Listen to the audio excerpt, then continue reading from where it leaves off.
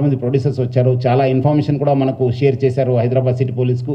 వాళ్ళందరూ కూడా నా తరఫు నుంచి హైదరాబాద్ సిటీ పోలీస్ తరఫు నుంచి కూడా పేరుగా ధన్యవాదాలు తెలుపుతున్నాను. అదేవిధంగా ఈ ఒక ఆయి బొమ్మని ప్లస్ ఈ నేను రవీన్ చేసిన తర్వాత చాలామంది పబ్లిక్ మీమ్స్ చేశారు మా పైన, పోలీస్ పైన.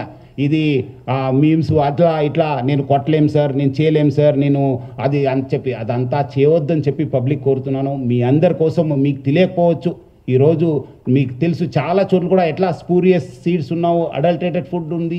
అట్లానే ఇది కూడా పైరసీ, మీకు తెలియకుండానే మీకు నష్టం జరుగుతుంది. ఏదో తక్కువ రేట్లో వస్తుందని చెప్పి మీరు ఏదో వస్తువు కొంటారు, ఆ వస్తువు ఒరిజినల్ డూప్లికేట్ అన్నది మీకు తెలియదు. అదేవిధంగా రైతులు కూడా మీకు తెలుసు, ఇప్పుడే మన సార్ కూడా చెప్పారు మార్నింగ్, స్పూరియస్ సీడ్స్ వల్ల కూడా ఎట్లా మనం నష్టపోయినారు, చాలామంది రైతులు కావచ్చు, మన ఫ్యామిలీస్ కూడా నష్టపోయినారు. అట్లానే ఇది కూడా పైరసీ అంటే అది స్పూరియస్, ఒక అడల్టరేటెడ్ అన్నట్లే.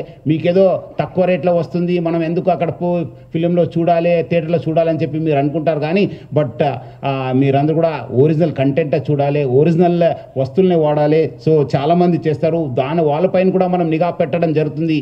ఈ మీమ్స్ ఎవరు చేస్తారు పోలీస్ పైన కానీ మన పైన వస్తే డెఫినెట్లీ మీరు అందరూ కూడా తెలుసు. అంతకుముందు కూడా నేను వచ్చిన తర్వాత యూట్యూబ్లో చిన్న పిల్లల్ని కూడా యూజ్ చేసి వల్గర్ మూవీస్, ఆప్షన్ మూవీస్ ప్రయత్నం చేస్తే మనం కేసు కట్టడం జరిగింది. వాళ్ళు ఎక్కడ ఉన్నారో మీకు కూడా తెలుసు.